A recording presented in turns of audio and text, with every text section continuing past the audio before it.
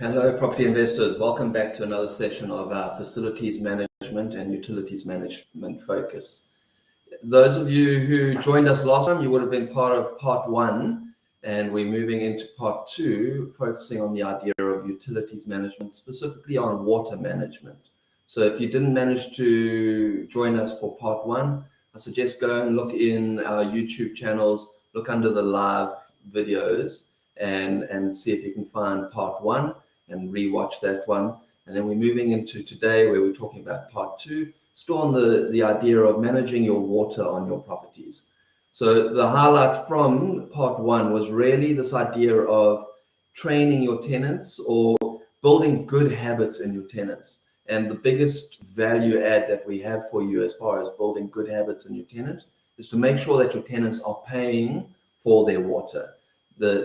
Again, this idea that if you get something for free, you don't respect it, you don't manage it, you don't look after it, you abuse it. So the first thing for you to do is make sure that your tenants are paying for their water. They're not getting it for free.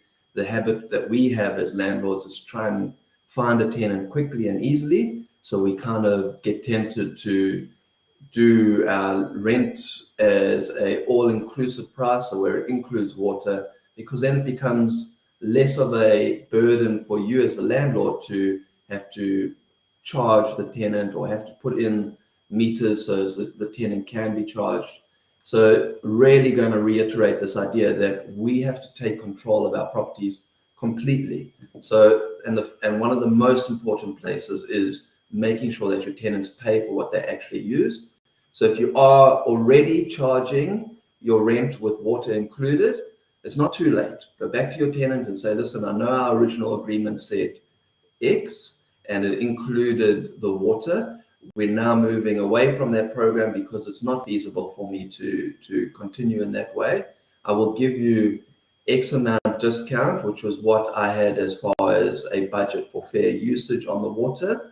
So instead of you paying, as an example, 5,000 Rand a month for rent, you're now only going to pay 4,500, but you're going to pay for the water yourself on the property. So it will be 4,500 plus any water that you consume while you're on the property.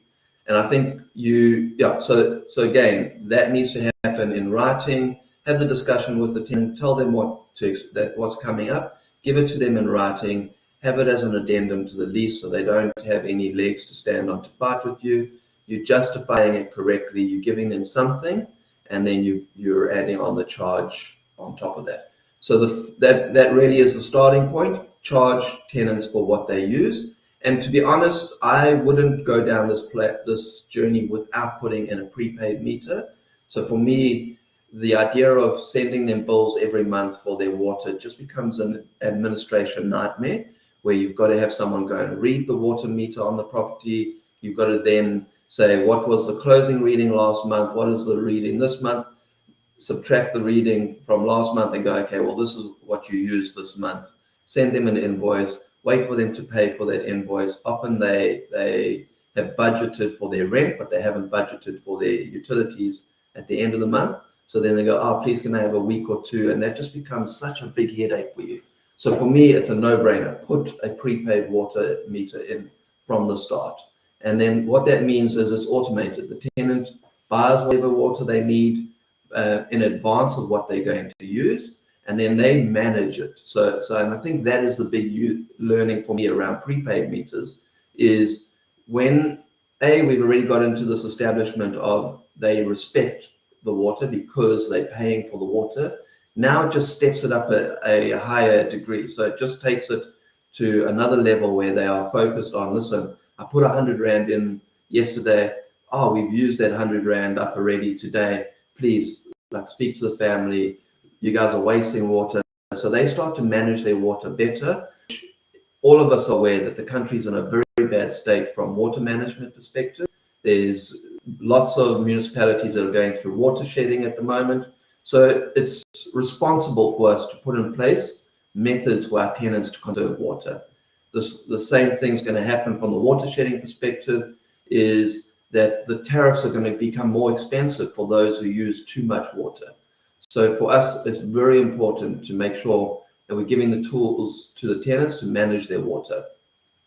So what they're able to do when they're paying up front, they're then able to start budgeting. They then focus internally and they go, okay, listen, family, we need to manage our water better. Let's not waste water. Let's not leave taps running. Let's not leave toilets running. So that is another way of changing the habits for your tenants. And then they start budgeting better for their water. Instead of the other way around, as I touched on in part one, where your tenants come to you at the end of the month and they go, oh no, that bill's super high for the water. It's not my fault that the water's so much. It's your fault, Mr. Landlord, because the toilet's leaking. You need to come fix your toilet, Mr. Landlord. Whereas the opposite happens when it's prepaid. They go, hey, Mr. Landlord, please can you send a plumber to come fix the toilet? It's leaking. I'm losing money because it's wasting water. So that happens so quickly, which is one of my favorite things about doing prepaid meters. So I really recommend installing a prepaid meter and then reach out to us at Sapin Prepaid for your prepaid water meters. And I'll have the discussion with you personally, and we try and put in place the right solution for you. So moving on to what we're focusing on today, and it's really a little bit more of an addition to this water savings program. So we've touched on the fact that the prepaid water meter helps to reprogram people's minds around how they look after their water, how they manage water. And it really is that idea of when I'm responsible, I take responsibility. So that for me is the first big step towards it. And then what you start doing on top of that is looking at the size of your cistern on your toilets. So a lot of the old style low level toilets, so what that is the cistern sits on the wall, and then there's that big nasty pipe that's on the back of the cistern that drops down. You can see it. It goes into the back of the toilet and allows them to flush. So those tanks are huge on those low level flush systems. So, and what happens is you're wasting so much water in the size of that tank. Whereas the more modern toilets have got smaller tanks, they're more efficient on their flush. So for me, that's a good starting point. Look at reducing the size of your systems. If you're in the process of doing any renovations of bathrooms, pay attention to that, because that will save you water long term. And then the other side to things is when we're thinking in the bathroom, look at your taps. I find that mixer taps work very well as opposed to the normal taps that we generally had years gone past. And so what's nice about the mixer tap is it's very convenient for someone to just open it, close it.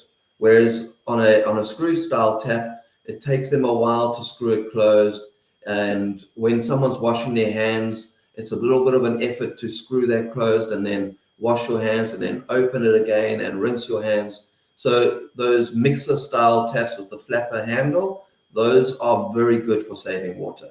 So what your tenant or what people tend to do is they put soap on their hands, wash their hands, open the tap, rinse their hands, close the tap. Same way, open the tap, wet their hands, close the tap, put soap on their hands, wash their hands, open the tap. So that happens automatically and people start being conscious of saving water. Okay, so those are two very good tips that I find that you can do straight away in the bathroom at a fairly low cost, but you should be thinking of that when you're doing any renovations. The same with that mixer style tap in your shower.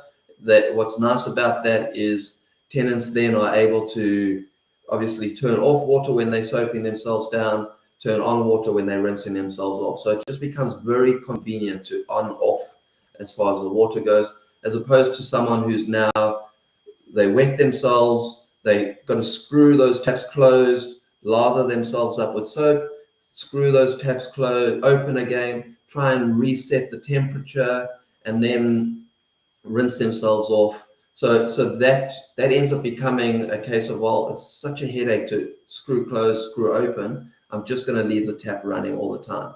Versus on a mixer style, you can set your temperature in the position, and then all you're doing is wet yourself, close, push that lever in again, soap yourself up, pull that lever out, it's still at the same temperature, rinse yourself off, close. So there again, like you save water big time on a solution like that. And then there becomes bigger ways and solutions to save on your water. So the next one up for me is reviewing where your geysers are positioned in your properties. So there's two elements to the geyser. Obviously, there's an energy consumption to heat that water up. And then there's obviously the water consumption that fills that geyser. The water then flows from the geyser. What tends to happen is if your geyser is on one end of the property and your bathroom's on the other end of the property, what ends up happening is the water that's in the pipes stays in the pipes the whole time. And that water will cool off because it's not insulated, it's in the pipes, it's not in the geyser. That water will cool off. So when the tenant or when someone opens a tap on the other side of the building, they've got to drain all the cold water out of that pipe before the hot water starts to flow through the pipe. And that first couple of liters of water, unless it's someone who's water saved a bucket that they're busy saving that first little bit of cold water, most times that water just goes straight down the drain. It's potable water, it's super clean water. There's nothing wrong with that water. It's just that it's cold. The tenant or the person is looking for hot water at that tap. So if you bring the geyser closer to where the taps are, then there's less water in the pipes that has to flow out. So you save water in that way. Likewise, you want to look at your positioning of your kitchen to your bathrooms. You obviously want to have the best economy as far as whether it's closer to the spaces that use more water or whether it's halfway between. So you need to review that sort of thing. If you've got a bigger house that it's not possible to sort of balance that and you're losing liters between those taps on the cold, like while you're draining out the cold water, then it's worth looking at a recirculating system. So if your plumbers are very well skilled, they'll be able to put in a recirculating pump. And what that will do is that will circulate the water through the pipes all the time. So, and basically what it means is as close as possible to your tap, there's hot water already circulated through the pipes. It's going through the pipes, past where your taps are, going back around and into the geyser again, out of the geyser and around. So it means that those pipes are kept warm all the time. You need to then insulate those pipes so that you're not losing the heat from the tap all the time. So that solution makes sense in a place like a multi-let or a block of buildings where there's a shared boiler for the building and you want to reduce the wastage of that cold water, but you also have people using water quite frequently, so that water can then circulate and be available hot pretty much straight away at the taps. So that's a good solution that I look at. So those are ways to sort of start saving on water. The benefit of reducing how much water is flowing out of your geyser and how much is wasted in that cool spot on your piping means you're also saving on electricity. That's not heating up water unnecessarily. So other ways to save on water, and I talk to a lot of our investors around multi-let properties. Very often what we do as an investor is we buy a bigger single family home and we convert that into multi-let. To do that, as a single family home, normally it's set up for a family who's going to be looking after the whole property. They're going to be washing their own cars. They're going to be watering the garden, that sort of thing. But in a multi-let environment, you now have multiple tenants responsible for the whole property. So what often happens is we end up leaving those garden taps in the garden. And something I want you to be aware of is that becomes a place that people then use that water to wash cars. They maybe, and it's a good thing if you've got tenants who are conscious about the upkeep of the garden, because that keeps the equity value of your property up if the garden looks beautiful all the time. So maybe they're watering the garden with that potable water. So this is a place that there's room for savings. I really advise to people if they are billing each of their tenants in a multi-let or in a block of flats, that sort of thing, that they shouldn't have garden taps, because what's going to happen is the tenant's going to fill up a bucket at the free garden tap instead of through their prepaid meter in their unit. So for me, I suggest take the garden tap out. Okay. Now, if you still need a solution for watering the gardens or washing cars, it doesn't need to be potable water. It doesn't need to be drinking water. So a JoJo from Rain Collection is first price for that sort of thing. So having a water container to capture rainwater is a big water saving solution. So, and then that water is used for things like washing cars, things like washing watering the garden. You can upgrade your plumbing system to have that water go to flushing toilets. So flushing toilets is a big one. So anywhere where it's not needed as drinking water, some people will filter that water and take it through to being your laundry water, washing clothes, that sort of thing. There's nothing wrong with the rainwater.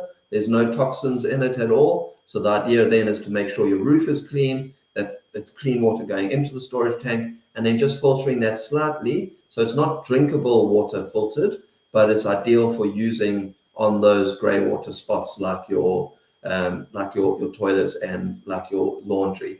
And that's a great way to save water on the property. So you're reusing a resource like the rainwater. A lot of people go into the process of boreholes.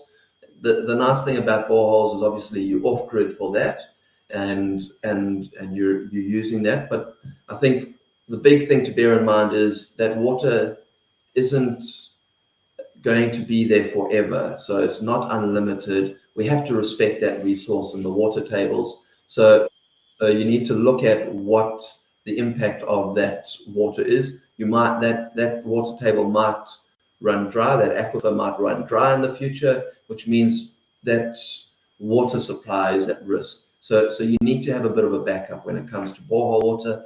Also, there's obviously a huge expense in drilling the well. There's also a huge expense in the fact that you don't know how deep that well needs to be to get to the aquifer. And then also you have to have that water tested. And I would suggest having it tested frequently, even after your first test come back good, that it is good potable water, because who knows what happens to contaminate that aquifer in the future, whether you're close to a mine, whether there's some kind of contamination from industry in the area. So I think that's something to bear in mind. But it is a great solution for you to have that backup on water. Okay. Then I look at wanting to touch on the idea of what we're currently going through as a country as far as water shedding goes. And it's something to be very aware of, that what tends to happen as a result of this water shedding is there's high risk of damage to infrastructure in your property and in the area of your property. So that's where obviously the water is turned off in a specific area. So that area runs dry for a couple of hours, and then they allow water to distribute to another area. So they force people to reduce consumption in the area by running the pipes dry, and then they reintroduce the water back to that area later. So that's the concept of water shedding. And the reason for it is to save water, reduce the consumption throughout the city. So unfortunately, what happens is when those pipes run dry, everyone opens the taps, there's no water. So they end up basically filling those pipes with air. Everyone closes those taps. And then what happens is when the water is turned on by the municipality, that air is still in the pipes. It's got nowhere to go. So all water rushes in and it squeezes that air, and it creates high pressure with air. And the pipes aren't designed to handle that high pressure of air. And what that then ends up doing is it ends up bursting pipes. It ends up breaking water meters. It ends up breaking fittings, that sort of thing.